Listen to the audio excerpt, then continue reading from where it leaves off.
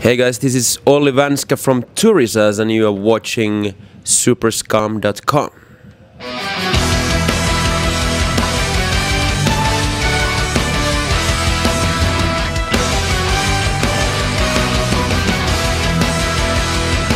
Olli, this is going to be your first, or this is your first headlining tour in North America. How has it been going so far? Because it's towards the end of the tour now.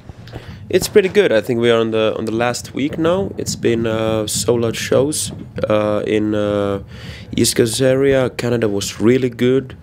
We've been playing in is Midwest, what do you say, in Minneapolis area, and that. I have to say it's been very satisfying, and of course, like on the first tour, you're kind of like, you know, how it's gonna be, and you know, if it goes well on a package tour like this, you are gonna take the credit for it. If it goes bad, you are gonna be the one to be blamed. But I mean, like, everybody's been really happy, and now we are here in Denver, Colorado, right?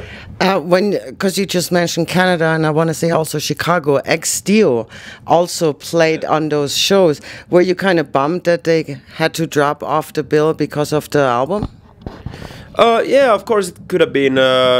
Well, the more the merrier. Maybe from the audience side, of course, like logistics wise and everything, it's like less hassle on the stage. But I think they could have been a nice color spot on the bill, and it's pretty. There's a good variety there already, with bands like Arcona from Russia and us from Finland, Elstorm, Huntress. So yeah, but I'm happy as it is. It could have been even more interesting in that way. Sure. Last time you were in Denver, you were one of the opening bands actually for Cradle of Filth, and of course your set list was very limited then. How many new songs do you play this time around from your album? Yeah, Cradle of Filth tour was we were kind of low on the bill, and we ended up playing 20-25 minutes each night, which was a bummer, but you know, that's how it is. I mean, like, you're given a slot and you stick with it. And today it's gonna be a full TURISAS show. I think we are playing about 7 minutes. The songs probably spread pretty even between the 3 albums. Of course, this is a tour promoting the latest album, Stand Up and Fight, and there's some killer songs from that. But I honestly, I don't know how people in North America, like, how well they know the back catalog. I mean, like, because we've been around since 2004, battle metal. So, but I think we've had very satisfied and pleased audiences so far, so I think it's gonna be pretty alright.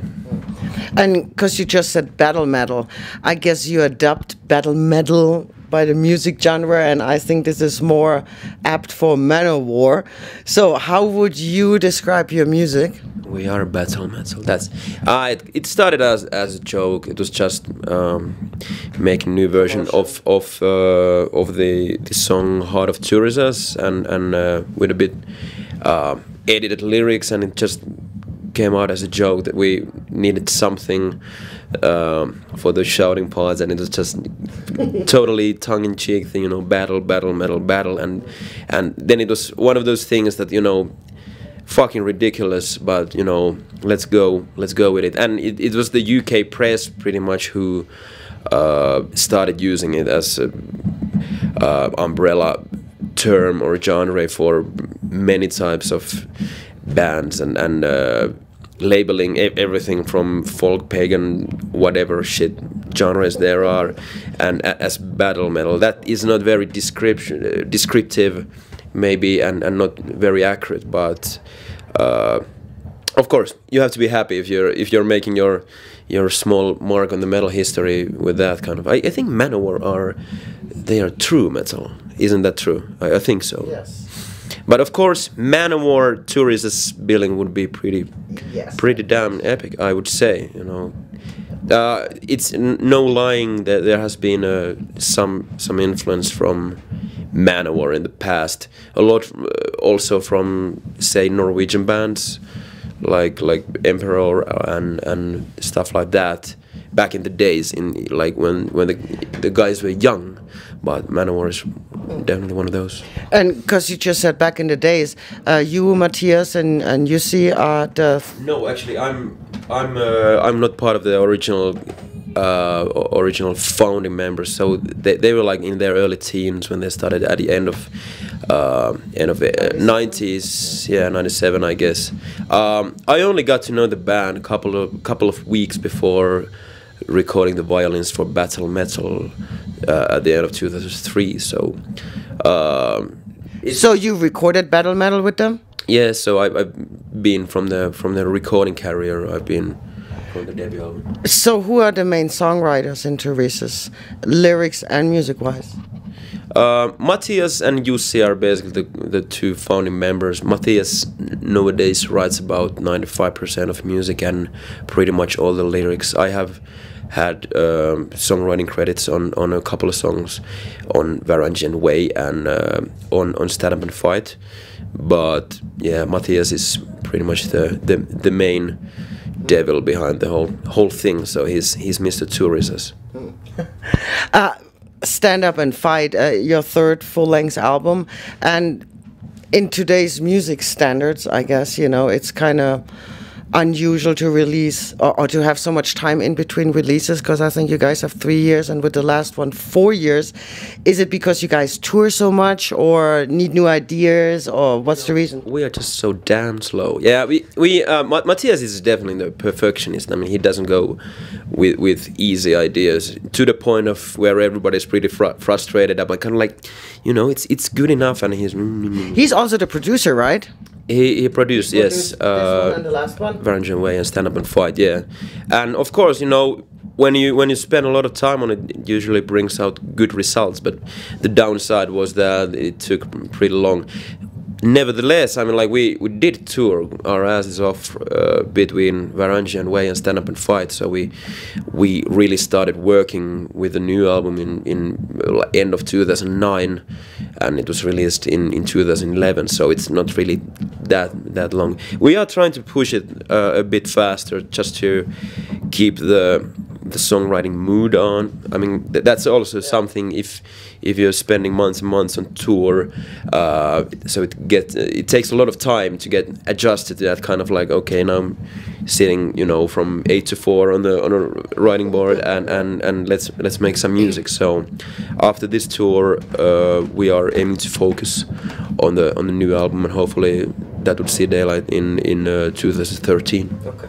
You also went with Jens Borgren this time for this album. Was that the first time you worked with him, or did you work with him before?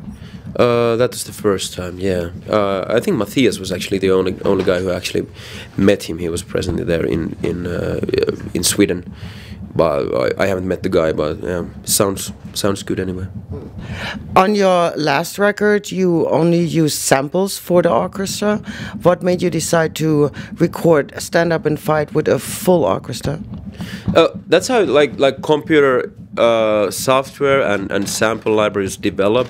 There's actually a lot of bands that start sounding the same, because everybody's using the same damn libraries, and everybody's like, okay, how can we make our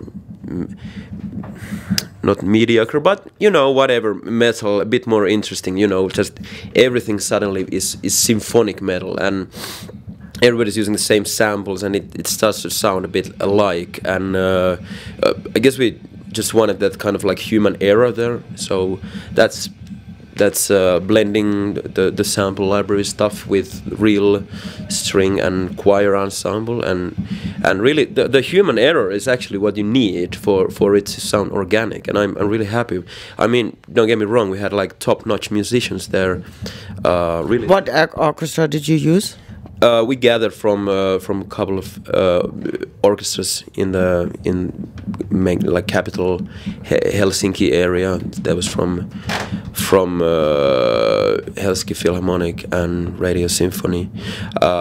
Like, you know, I've had my roots in classical field in the beginning, and you get to know people and people who to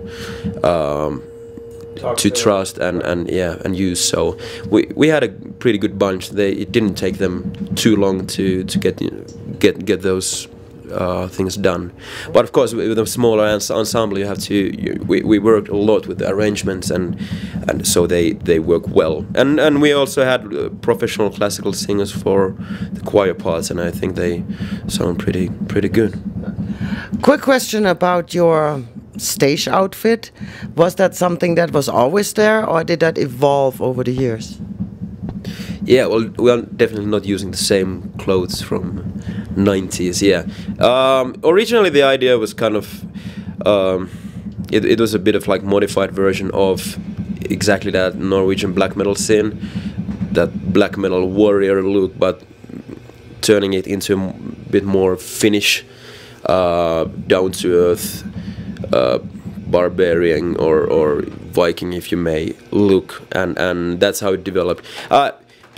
I mean, like, of course, some people pretty sure, you know, they look at us and see guys dress up in outfits, costume, and red and black paint, and they probably think, you know, what a bunch of clowns and assholes, and fair enough. But then again, I think like it's the same as you take actors in a theater play. I mean, it's not that they go, you know, they are regular people, but they don't go there in their normal jeans.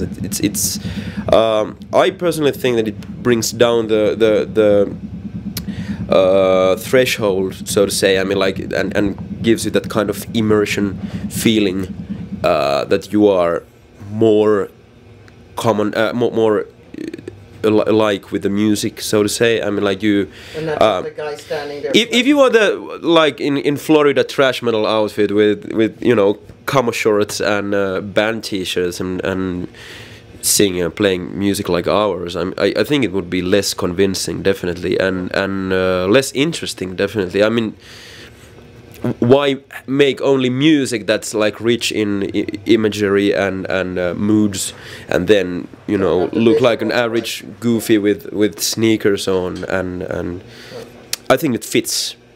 And yeah, that's evolved. We don't have any fur anymore. Media is always a couple of years back. They always call us the furry warriors. The fur actually, it starts to disintegrate after it gets wet enough many times, and these are a bit more pragmatic. I saw an interview with Matthias at Summer Breeze last year, and he actually was painting the interview also with the black. Right, yeah. and that interview got stung by a bee. Yeah, I saw 2 minutes after the, you know. Yeah. Sweet red syrup. blood, you know, that attracts bees and all that's kind of. How important, other than your outfits, is your war paint to your music then, to you as a musician? You mean how important? That was kind of like arms race on the first tour. It was originally meant to be kind of dirt and mud and blood spatter. That was on the tour with the Apokalyptischen Reiter, yeah, no? Yeah. And that was kind of like, we had this, maybe it would be something like, you know, you're just done fighting this big bunch of warriors, and then you are going on stage or something ridiculous like that. But and people are like, you know, like spraying bit and pieces of, you know, like black paint. And then on the first tour, it was like from night, you know, to another. It was like the pattern was every night more and more the same with each one, and everybody was using more and more paint, and then it just kind of like developed as a real war paint. And that's something that is kind of cool thing, and very profiling thing for us. I think it's a very personal thing for TURISAS. It's great to go to a festival and see your dedicated fans dress up as you. Too. There's a lot of those, and that's a very nice, and you know, it's a humbling feeling to see those guys there. And in any given, you know, mainstream festival, download festival in the UK or Sunny Sphere, and that's how you find your own people. It's also like every day. It's like when you're painting and putting out the costume. It's kind of like I wish we had maybe I could just leave it away for tonight or so. But and then with the sweat and everything, my violin is absolutely a wreck. I'm cleaning it with 70% alcohol every night because it gets so dirty. But still, that's how it goes, and on a good night when we had like great time and the audience is huffing and puffing and being their hot selves, then there's no paint on our faces, and that's a good measure of a good show. Because you just mentioned some festivals. You were earlier this year at Soundwave in Australia. Yeah. How did that compare to some festivals you play in Europe?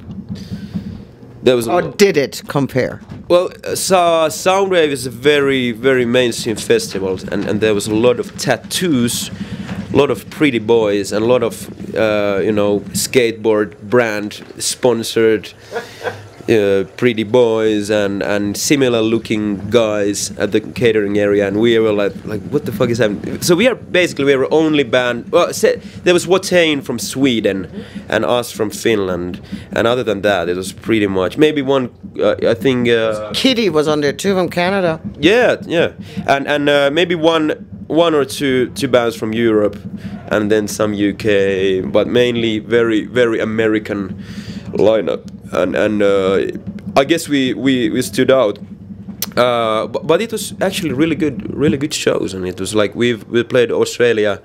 We did 3 or 2 shows in 2010, and actually based on those shows they were promoted by Soundwave organization, and they booked us for this festival back then already. So I guess we convinced a couple of guys there. So that was a really good experience. And even better that we could escape the Finnish winter, minus 27 degrees Celsius in Finland and plus 40 in Adelaide or Perth. So no complaints. Sure. So what is up with TURISAS after this tour? What's next? Are you taking a break? Are you going to do summer festivals in Europe this year? I think we only have like maybe one summer festival. Let's see if there's some late bloomers who want us in their roster. But as I said, like we are aiming to focus on the new album. So we've been already looking at possible places to record it, maybe some kind of Bandcamp kind of thing, and lock ourselves there for the rest of the year, and hopefully coming back with a new album. So we are very much kicking each other's asses and trying to get it done. I'm very inspired and feeling good about that, and want to write new music. So you can expect probably maybe a bit harsher and faster and maybe more energetic album next year. So we'll see how it turns out. Any last words to your fans? Well, it's been amazing too. Thank you very much for everybody who came to see us here. We already we had this meet and greet thing here. We met like hundreds of really dedicated fans. Thank you very much for that. It was great experience. We hope to be back in the US hopefully next year, and hopefully with new material already by then. So thank you for the support, and see you in 2013.